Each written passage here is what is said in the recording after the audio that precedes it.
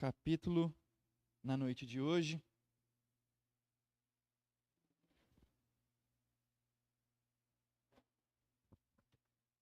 Enquanto os irmãos se localizam, Salmo 73, a verdade é que nós vivemos num tempo de muita exposição, né? Através da internet nós temos fácil acesso à informação e fácil acesso também a compartilhar, né, as nossas vidas e a ver, né, a vida de outras pessoas. E muitas vezes nós vemos pessoas extremamente prósperas, né, pessoas prosperando, uma vida muitas vezes que beira, né, a perfeição. É muito comum nós vermos e às vezes meditarmos, né, sobre a nossa vida, se aquilo tudo é realidade, se as pessoas são realmente felizes como elas mostram, né, nas redes sociais. A gente questiona essas coisas, porque muitas vezes essas pessoas que se dizem alegres e felizes não conhecem a Deus, que é a fonte da felicidade. Não temem o Senhor, não estão satisfeitas com a plena paz e alegria que nós conhecemos. E nós questionamos, será que essas pessoas que não conhecem a Deus são verdadeiramente felizes? Será que é só uma ilusão? E às vezes a gente cai, né, neste pensamento, nesse questionamento, a gente começa realmente a nos questionarmos. A gente questiona a nossa fé, a gente questiona a nossa crença. Será que Deus realmente me ama? Será que Deus realmente é bom? Será que o que Deus diz a respeito de si mesmo na Escritura Sagrada é verdade? Então nós colocamos tudo em dúvida, porque nós olhamos a vida dos ímpios, vemos os ímpios felizes, mesmo sem conhecer a Deus, que é a própria felicidade. Como isso, então, é possível? E talvez os irmãos já tenham ouvido falar uma frase que diz assim: o mundo é dos espertos. Eu já ouvi falar isso, né? O mundo é dos espertos. E na época eu estava recém-convertido, né, quando eu ouvi isso, e eu ouvi isso num contexto de malandragem, né, onde a pessoa estava tirando vantagem, onde a pessoa estava sendo desonesta numa situação. Eu fiquei pensando, mas algo não está fazendo sentido aqui, né? Parece que as coisas não estão fechando. Eu sirvo a Deus, né? Eu obedeço o Senhor, eu temo a Deus, mas parece que a sabedoria popular diz que o mundo é dos espertos, daquelas pessoas que estão fazendo as coisas erradas, estão agindo de maneira desonesta. E aí eu concluí, ok, talvez o mundo possa ser dos espertos, né, que agem com desonestidade. Não é um esperto no sentido de sabedoria, mas é um esperto no sentido de ser desonesto, né, de tirar proveito em qualquer situação, de puxar o tapete e derrubar o próximo, né, de ofender quando for necessário. Talvez o mundo seja dos espertos, mas o céu seja dos que temem a Deus, né, seja dos honestos, daqueles que estão buscando a santidade e andar conforme Jesus nos ensinou. E este é o tipo de questionamento que nós iremos ver nesses salmos, nessa noite, Salmo 73, aonde o salmista olha para a vida dos ímpios e ele sente inveja da vida dos ímpios. Como os ímpios podem prosperar? Porque parece que os ímpios estão mais felizes que eu. Parece que eu não tenho saúde, não tenho prosperidade, parece que eu não tenho alegria suficiente, mas eu conheço a Deus e os ímpios não.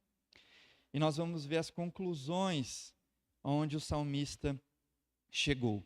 Esse é um salmo que nós acreditamos que Asaf escreveu, mas nós não temos certeza, né? A certeza que nós temos é que Asaf cantou pelo menos esse salmo, né? Que ele era o regente deste salmo. Talvez a sua autoria possa ser de Davi, mas isso não importa, né? O que nos importa serão as reflexões que nós iremos tirar, aquilo que Deus irá falar ao nosso coração nessa noite. Então vamos ler Salmo 73, verso 1, diz assim: de fato Deus é bom para com Israel, para com os de coração limpo. Quanto a mim, porém, quase me resvalaram os pés, pouco faltou para que se desviassem os meus passos. Pois eu invejava os arrogantes ao ver a prosperidade dos maus. Para eles não há preocupações, o seu corpo é forte e sadio. Não partilham das canseiras dos mortais, nem são afligidos como os outros. Por isso a soberba os cinge como um colar, e a violência os envolve como um manto. Os olhos saltam-lhes de tanta gordura, do coração deles brotam fantasias, zombam e falam com maldade, falam da opressão com arrogância, abrem a boca para falar contra os céus, e a língua deles percorre a terra. Por isso, o seu povo se volta para eles, e os tem por fonte da qual bebe com avidez. Eles dizem: como Deus ficará sabendo? Por acaso o Altíssimo tem algum conhecimento? Eis que estes são os ímpios, e sempre tranquilos aumentam as suas riquezas. Com certeza foi inútil conservar puro meu coração e lavar as minhas mãos da inocência, pois o dia inteiro sou afligido, e a cada manhã sou castigado. Se eu tivesse pensado em falar tais palavras, já aí teria traído a geração dos teus filhos, ó Deus. Em só refletir para compreender isso, achei que essa tarefa era pesada demais para mim, até que entrei no santuário de Deus e descobri qual seria o fim deles. Tu certamente os pões em lugares escorregadios e os fazes cair na destruição. Como são destruídos num instante, são totalmente aniquilados de terror, como acontece com o sonho quando alguém acorda. Assim, ó Senhor, ao despertares, desprezarás a imagem deles. Quando o meu coração estava cheio de amargura e o meu íntimo se comoveu, eu estava embrutecido e sem entendimento, era como um animal distante diante de ti. No entanto, estou sempre contigo, tu me seguras pela minha mão direita. Tu me guias com o teu conselho e depois me recebes na glória. Quem tenho eu no céu além de ti? E quem poderia eu querer na terra além de ti? Ainda que a minha carne e o meu coração desfaleçam, Deus é a fortaleza do meu coração e a minha herança para sempre. Os que se afastam de ti certamente perecerão. Tu destróis todos os que são infiéis para contigo. Quanto a mim, bem é estar perto de Deus. Faço do Senhor Deus o meu refúgio, para proclamar todas as suas obras. Amém. Vamos orar mais uma vez? Santo Deus, nós te agradecemos pela tua palavra, te agradecemos por estarmos aqui, Deus, e acabamos, Deus, de ouvi-la e de lê-la. Obrigado, Deus, por esse privilégio. Nós pedimos para que teu Santo Espírito fale aos nossos corações, para que ele, Pai, traga luz ao nosso entendimento, nos traga sabedoria, Pai, nos confronte, nos exorte, Deus, nos corrija. Fale conosco, Deus, no nome santo de Jesus que nós clamamos. Amém e amém. Então aqui, irmãos, nesses salmos, nós vemos um lamento diante de Deus. Nós vemos uma confissão diante do Senhor, de como o coração do salmista estava afligido, estava em angústia.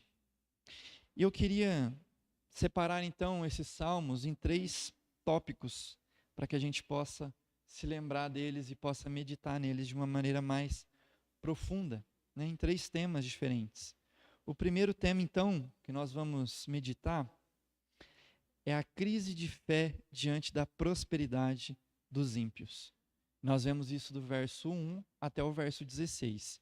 O salmista apresenta diante de Deus uma crise de fé, algo que muitas vezes é presente nas nossas vidas, né? Não tão distante de nós estão as crises de fé. Às vezes a nossa fé se abala.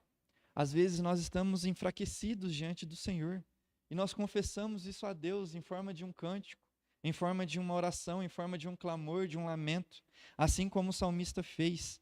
Do verso 1 ao 16, ele lamenta essa crise que ele tem na sua percepção, na sua fé, no seu coração, diante da prosperidade dos ímpios.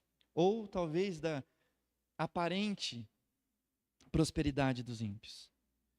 Então, eu não vou ler tudo, né, até do 1 ao 16 novamente, porque nós acabamos de ler, mas algumas coisas que ele coloca diante de Deus que parece que os ímpios eles não têm preocupações.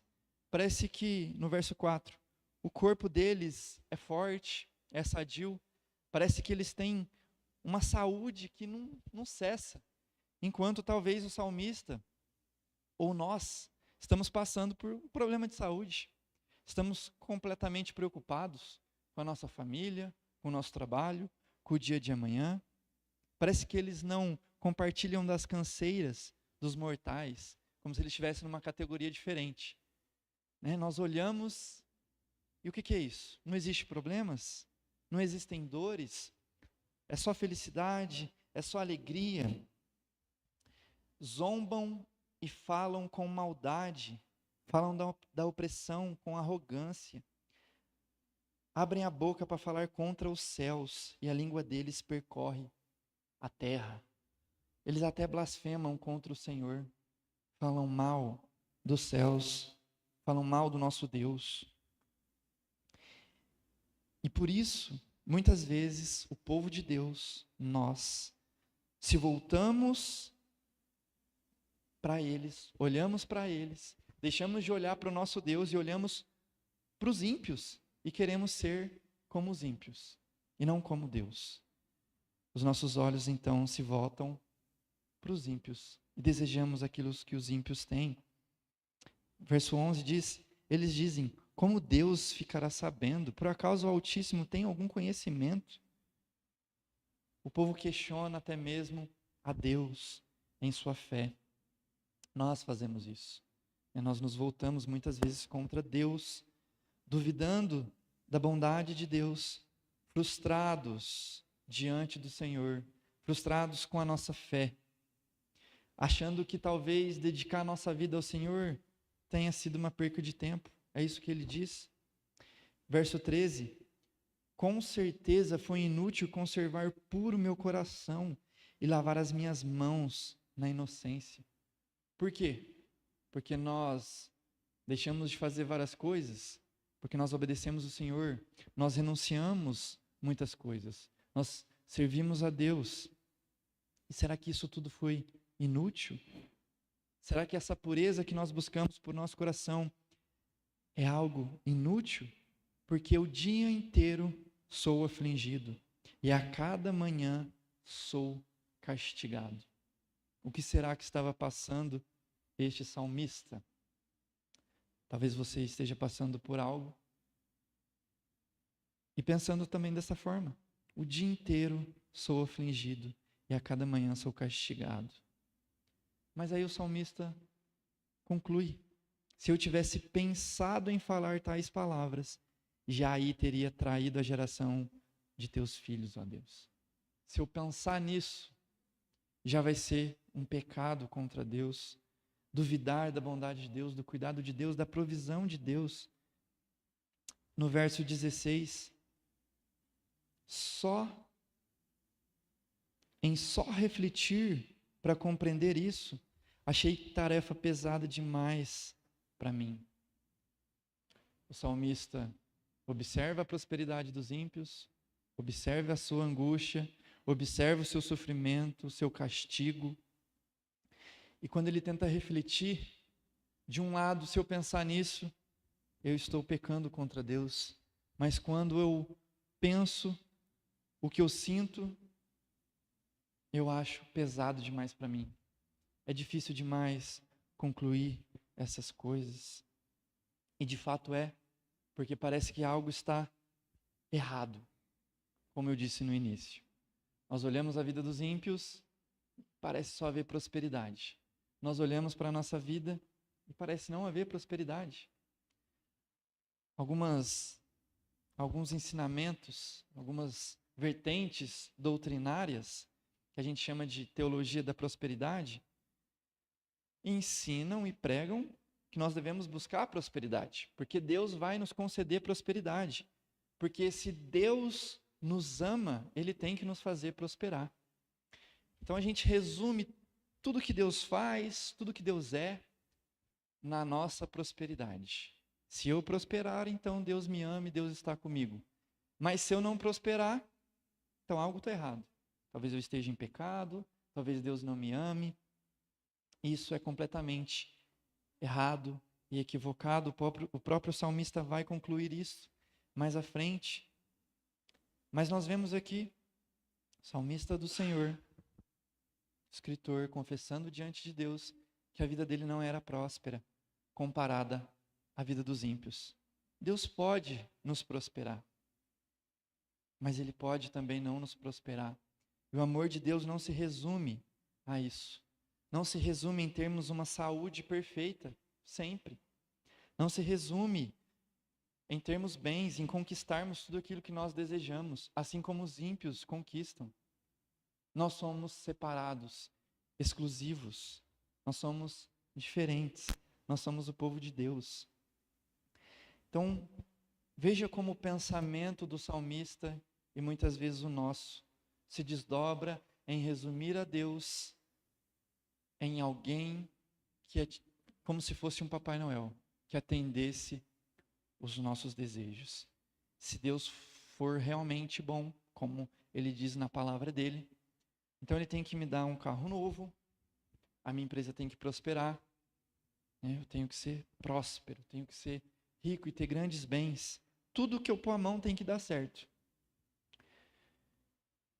Mas se assim não for, na primeira oportunidade que as coisas não ocorrem assim, e nós sabemos que não vão ser perfeitos os nossos dias aqui, nós questionamos a Deus. Ora, se Deus é bom e Ele tem que me abençoar, se eu não estou sendo abençoado, então Deus não é bom? Deus deixou de ser bom? Começamos então, a partir dessa teologia próspera, a questionar a Deus. Eu não estou sendo próspero, então Deus não é bom. Deus tem mentido. Se Deus for realmente justo, então por que eu estou passando por isso? Eu não mereço isso. Será que Deus acha que eu mereço isso? Eu acho que eu não mereço. Eu não mereço tão pouco. Eu mereço mais. Deus tem que me dar mais. É isso que nós pensamos. E eu quero mais. E eu quero agora. Não é no tempo que Deus tem. É no tempo que eu quero. E é agora, eu quero de imediato. Eu desejo isso. E o que define o que é bom para mim não é a palavra de Deus e nem a vontade de Deus, mas é os meus sentimentos. Eu vejo o meu irmão, ou talvez eu vejo o ímpio prosperando e eu quero prosperar também. E isto é bom para mim.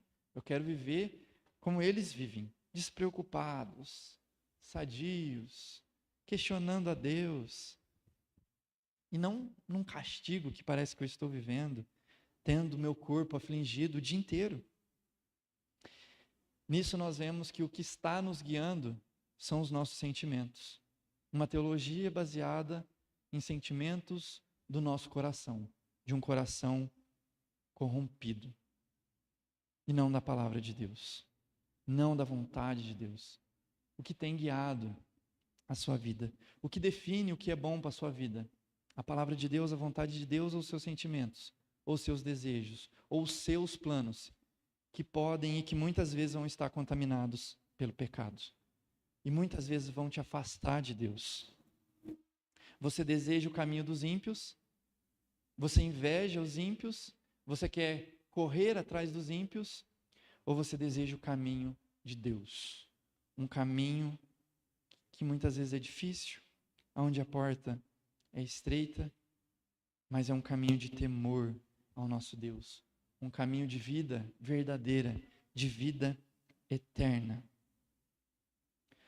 O que nós muitas vezes questionamos a Deus é: se o Senhor é bom, Deus, eu quero o que os ímpios têm. Quero prosperar como eles prosperam. Eu quero fazer o que eles fazem. Eu quero ter a liberdade que eles têm. Eu quero pecar como eles pecam. Será que esse é o nosso desejo? Será que esse é o fim proveitoso que nós desejamos para a nossa vida? Deus é bom. Os nossos desejos, os nossos planos não definem isso. Deus é. E nada vai mudar isso. Nem o que nós estamos vivendo, nem o que nós iremos viver, nem o que nós já vivemos. Deus é bom. Todo o tempo Deus é bom. E aí nós vamos ver então que o salmista tem dificuldade para refletir. E nós também temos. Até aqui parece que nada fez sentido. Realmente, nós vivemos então uma vida de tristeza apenas. No verso 16 ele diz, né? Só em refletir e compreender isso é difícil demais para mim, é pesado demais, é algo que eu não consigo, que está além da minha conta. Mas aí no verso 17 tudo muda. Até que entrei no santuário de Deus e descobri qual seria o fim deles. Então nós entramos no segundo tópico, a mudança de perspectiva na presença de Deus. A presença de Deus é que muda tudo. A presença de Deus é que vai nos ensinar e vai nos mostrar então o porquê nós não devemos desejar o caminho dos ímpios. Verso 17. Entrei no santuário de Deus e descobri qual seria o fim deles. O santuário de Deus é a presença de Deus. É a comunhão com os irmãos, é a comunhão com Deus, é o louvor ao Senhor, é a presença do próprio Deus. É ela quem nos transforma. É ela quem tira de nós, então, essa inveja dos ímpios. É ela quem traz a nós luz. E por isso nós temos que estar sempre na presença de Deus, no santuário de Deus.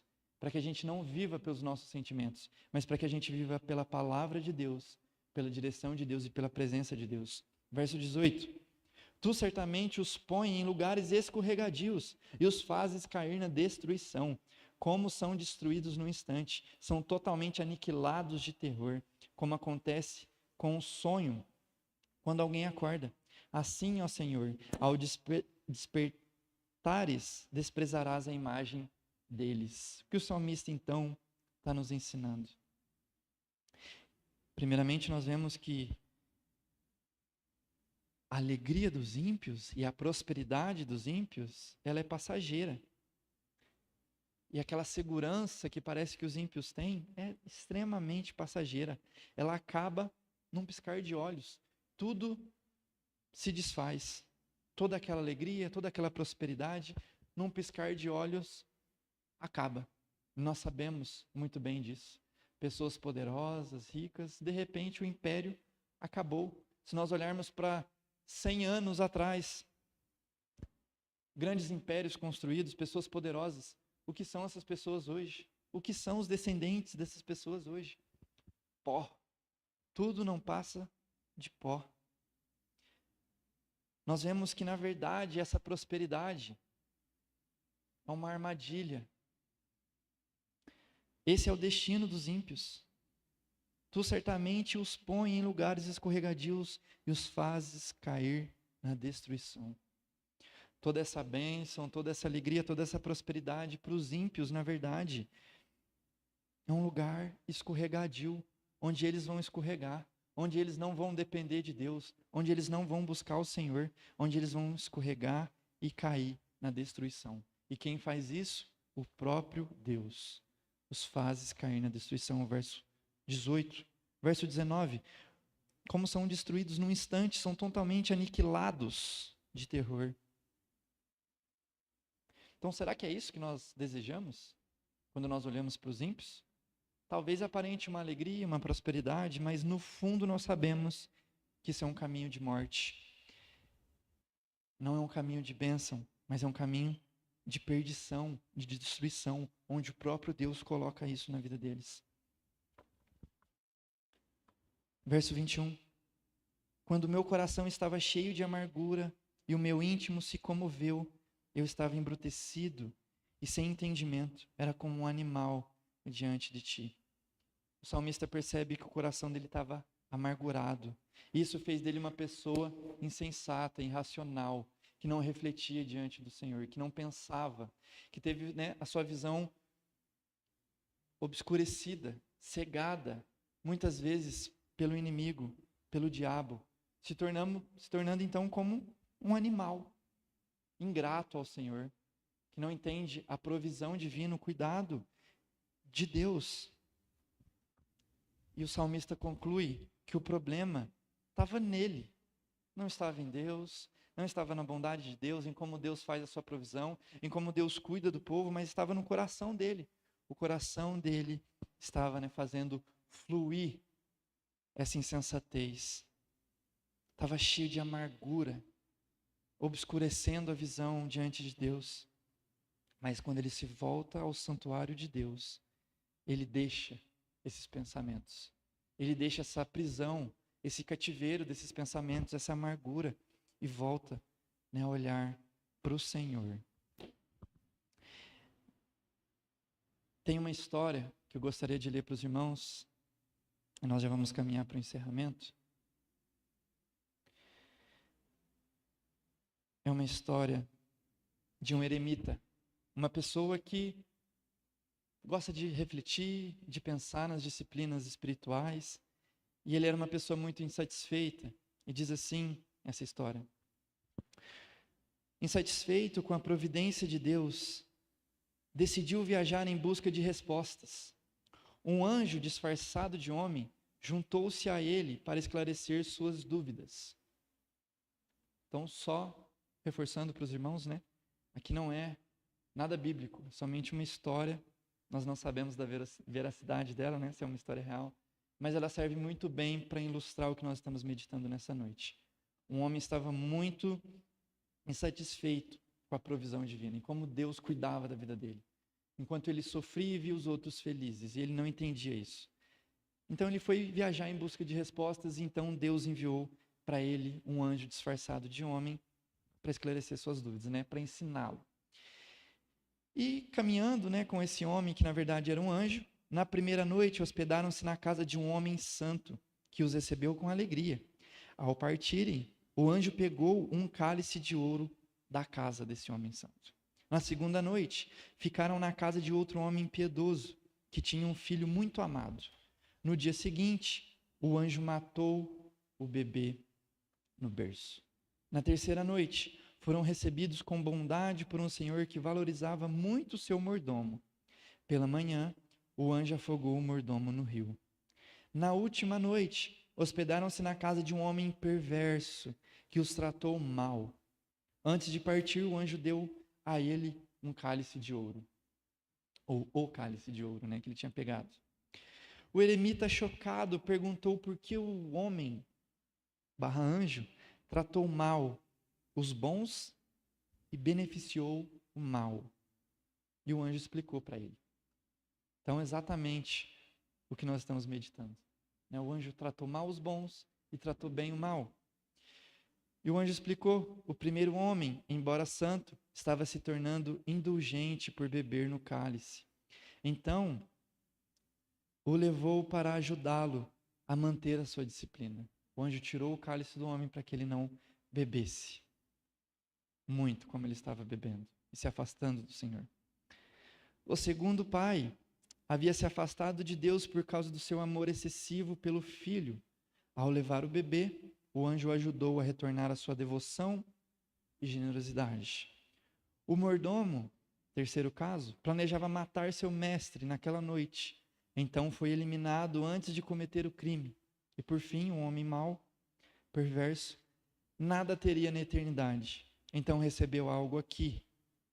Mas isso apenas aumentaria a sua perdição.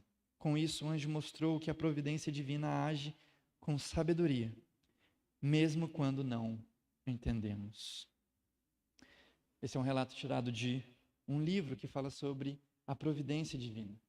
É claro que é algo simbólico, não é exatamente isso que ocorre nas nossas vidas, mas nos mostra uma outra perspectiva de que Deus tem algo muito maior e muito mais amplo que nós não entendemos muitas vezes. E para finalizar, terceira parte, nós vamos ver do verso 23 ao verso 28. O verdadeiro tesouro é estar perto de Deus, ou a verdadeira prosperidade, a verdadeira alegria das nossas vidas é estar perto de Deus. É isso que o salmista conclui. Verso 23. No entanto, estou sempre contigo. Tu me seguras pela minha mão direita. Ainda que em meio ao sofrimento, ainda que em meio à angústia, ainda com a saúde abalada, tu me seguras pela minha mão. Verso 24. Tu me guias com o teu conselho e depois me recebes na glória. Nós somos um povo que é guiado pelo Senhor e que vai ser recebido pelo Senhor. Quem tenho eu no céu além de ti? Quem poderia eu querer na terra além de ti? O que é o céu para nós sem o Senhor, sem a presença do nosso Deus? O que nós temos na terra, senão o Senhor? O que são a prosperidade material desse mundo? O que é a alegria que as pessoas expõem nas redes sociais? O que é o padrão que o mundo diz que é alegria e felicidade, se não existe Deus? O que nós temos, senão o nosso Deus no céu, um céu vazio sem Deus? O que nós temos na terra? Muita alegria, mas sem Deus, nada. É isso que o salmista conclui. O que tenho eu no céu além de ti, Senhor? O que eu poderia ter? Querer na terra além de ti. Ainda que a minha carne e meu coração desfaleçam, ainda que a nossa saúde se vá, ainda que nos falte algo, Deus é a fortaleza do meu coração e a minha herança para sempre. Ele é o nosso desejo, Ele é a nossa obsessão, Ele é aquilo que nós esperamos, Ele é aquilo que nós ansiamos. A verdadeira riqueza não é na prosperidade terrena, mas é em Deus, em Cristo, que é suficiente para nós. Verso 27, os que se afastam de ti certamente perecerão. Tu destrói todos os que são infiéis para contigo. Quanto a mim, bom é estar perto de Deus. Faço do Senhor o meu refúgio para proclamar todas as tuas obras. Aqueles que prosperam e estão afastados do Senhor vão perecer. O Senhor tem colocado diante deles prosperidade, que na verdade são armadilhas escorregadias para a destruição. Mas diante de nós, Ele tem colocado a presença dEle. Muitas vezes nós vamos passar pelo deserto. Muitas vezes nós não vamos ter aquilo que tínhamos no Egito. Um grande deserto. E num dia de calor como esse, nós imaginamos como deve ser passar 40 anos num deserto, comendo maná todos os dias. E o povo questionou a Deus. Deus, no deserto nós temos somente o maná. Mas no Egito nós tínhamos as cebolas. Nós queremos voltar então. E aquele povo pagou por isso. Deus deu o que eles desejavam, mas também os puniu. Talvez o que nós temos é um deserto, é um maná. Mas nós temos garantido conosco a presença de Deus que caminha conosco, que nos conduz, que nos direciona, que nos exorta, que cuida de nós e que nos ama. O amor de Deus não é questionado e nem medido pelas bênçãos que Ele faz na nossa vida, ou pela prosperidade que nós vivemos, mas pelo cuidado que Ele tem conosco, pela santidade que Ele nos oferece e nos dá a condição de vivermos, pela eternidade, pela salvação. Deus quer isso para nós. E o meu desejo para a vida de cada um não é um ano de prosperidade, de sucessos financeiros, de saúde extrema, de grandes realizações, planejamentos. O meu desejo para os irmãos é uma vida de santidade, de temor ao Senhor, de satisfação em Cristo Jesus, de salvação. Que os irmãos possam encontrar salvação e a presença de Deus em meio a tudo isso, em meio a todos os nossos dias. Para concluir, a prosperidade dos ímpios é temporária, mas a comunhão com Deus é eterna. Quando olhamos para o mundo, podemos sentir inveja. Quando olhamos para Deus, encontramos satisfação. Não devemos olhar para os ímpios, devemos olhar para Deus, para a sua presença, para o seu santuário. Nossa maior riqueza não são os bens ou o sucesso, mas a presença e a fidelidade do nosso Deus. Amém? O que tem sido mais valioso para você? Qual tem sido o seu desejo, a sua busca e o seu anseio?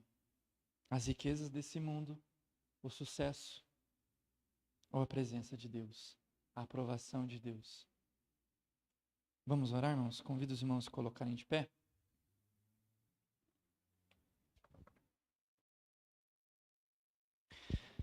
Senhor, nós mais uma vez queremos te agradecer, Deus, por estarmos aqui na tua presença, Pai. Queremos te agradecer, Senhor, pelo teu cuidado, Deus. Queremos te agradecer, Deus, porque o Senhor está conosco.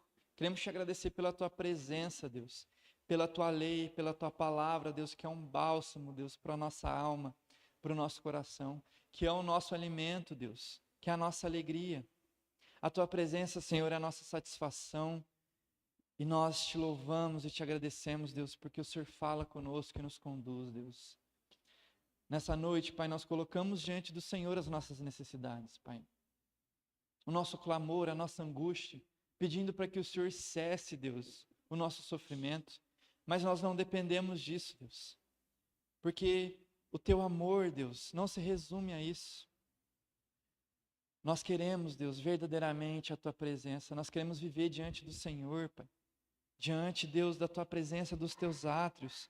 Nós desejamos, Deus, não um céu perfeito, simplesmente, mas nós desejamos um céu, Deus, com a tua presença.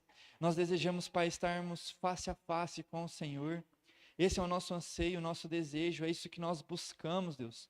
Nos ajuda, Deus, a não olhar para os ímpios, a não olhar para esse mundo, Deus, a não invejar, Deus, o sucesso deste mundo, desse século momentâneo, Deus. Nós queremos, Deus, ansiar pela tua presença, Deus. Faça isso no nosso meio. Nós te pedimos, Deus, no nome santo de Jesus. Amém. E agora, meus irmãos, com o amor de Deus, o nosso Pai, a graça de Cristo Jesus, o nosso Senhor, a comunhão e as ternas e doces consolações do Santo Espírito de Deus, estejam convosco, com todo o povo de Deus, espalhado por toda a terra, agora e sempre. Amém. Que os irmãos possam ir na graça e na paz do nosso Deus.